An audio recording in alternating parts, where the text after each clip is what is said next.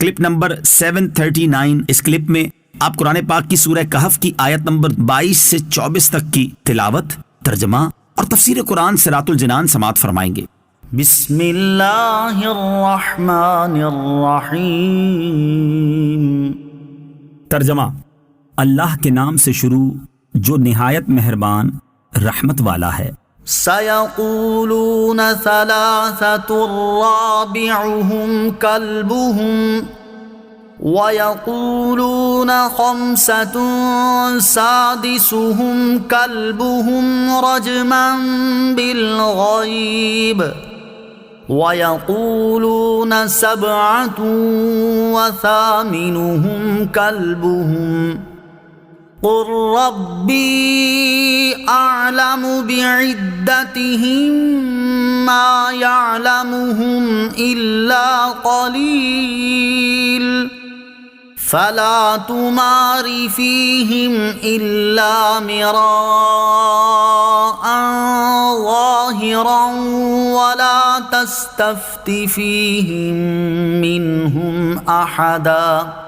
ترجمہ: اب لوگ کہیں گے کہ وہ 3 ہیں جبکہ چوتھا ان کا کتا ہے، اور کچھ کہیں گے وہ 5 ہیں اور چھٹا ان کا کتا ہے، یہ سب بغیر دیکھے اندازے ہیں، اور کچھ کہیں گے وہ 7 ہیں اور 8واں ان کا کتا ہے۔ تم فرماؤ میرا رب ان کی تعداد خوب جانتا ہے، انہیں بہت تھوڑے لوگ جانتے ہیں، تو ان کے بارے میں بحث نہ کرو مگر اتنی ہی جتنی ظاہر ہو چکی ہے، اور ان کے بارے میں ان میں سے کسی سے کچھ نہ پوچھو۔ سیقولون،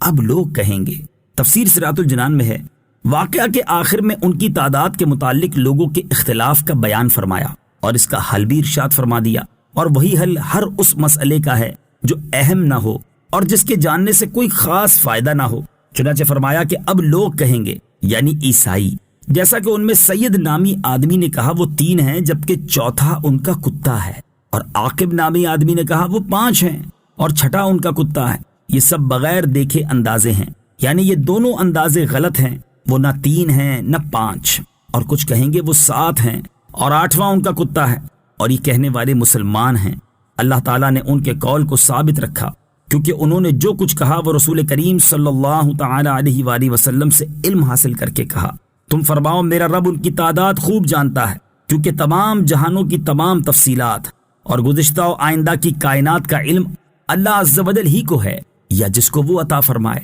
مزید فرمایا کہ اصحاب کہف کی تعداد کو بہت تھوڑے لوگ جانتے ہیں۔ حضرت عبداللہ ابن عباس رضی اللہ تعالی عنہما نے فرمایا کہ میں انہی قلیل میں سے ہوں جن کا آیت میں استثناء فرمایا۔ آیت کے آخر میں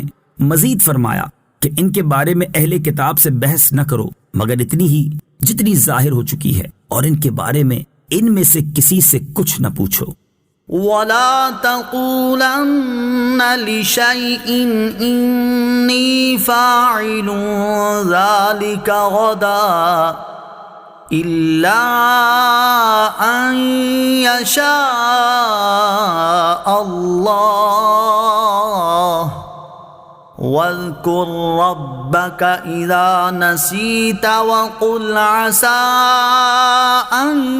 يَهْدِيَنِ رَبِّي لِأَقْرَبَ مِنْ هَٰذَا رَشَدًا۔ ترجمہ: اور ہرگز کسی چیز کے متعلق نہ کہنا کہ میں کل یہ کرنے والا ہوں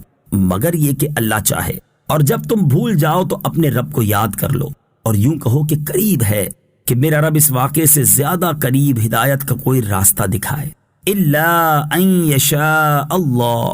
مگر یہ کہ اللہ چاہے۔ تفسیر صراط الجنان میں ہے، یہاں 2 آیتوں میں اسلامی تعلیمات کی ایک بنیادی چیز بیان فرمائی کہ مسلمان کو چاہیے کہ اپنے ارادے میں انشاء اللہ ضرور کہا کرے۔ چنانچہ فرمایا گیا کہ اور ہرگز کسی چیز کے متعلق نہ کہنا کہ میں کل یہ کرنے والا ہوں مگر ساتھ ہی یہ کہا کرو کہ اللہ عز و جل چاہے تو میں کر لوں گا۔ مراد یہ ہے کہ جب کسی کام کا ارادہ ہو تو یہ کہنا چاہیے کہ انشاء اللہ ایسا کروں گا، بغیر انشاء اللہ کے نہ کہے۔ اس آیت کا شان نزول یہ ہے کہ اہل مکہ نے رسول کریم صلی اللہ تعالی علیہ وآلہ وسلم سے جب روح، اصحاب کہف اور حضرت ذوالقرنین کے بارے میں دریافت کیا تھا تو حضور اقدس صلی اللہ تعالی علیہ وآلہ وسلم نے فرمایا کہ کل بتاؤں گا، اور انشاء اللہ نہیں فرمایا تھا تو کئی روز وحی نہیں آئی۔ پھر یہ آیت نازل ہوئی وَاذْكُرْ رَبَّكَ اِذَا نَسِيتَ، اور جب تم بھول جاؤ تو اپنے رب کو یاد کر لو۔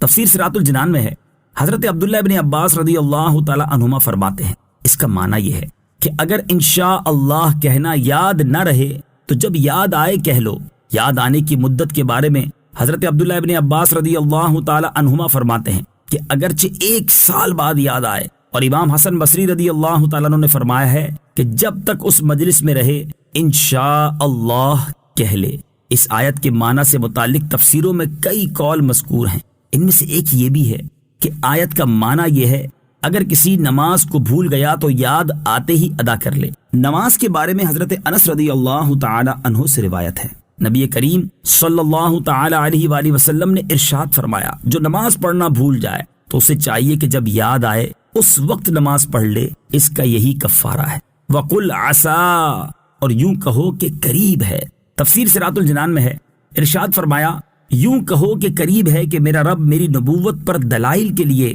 اصحاب کہف کے اس واقعے سے زیادہ قریب ہدایت کا کوئی راستہ دکھائے، یعنی ایسے معجزات عطا فرمائے جو میری نبوت پر اس سے بھی زیادہ ظاہر دلالت کریں، جیسے کہ انبیاء سابقین کے احوال کا بیان اور غیوب کا علم اور قیامت تک پیش آنے والے واقعات کا بیان اور چاند کا 2 ٹکڑے ہونا اور حیوانات کا حضور اقدس صلی اللہ تعالی علیہ وآلہ وسلم کی رسالت کی گواہی دینا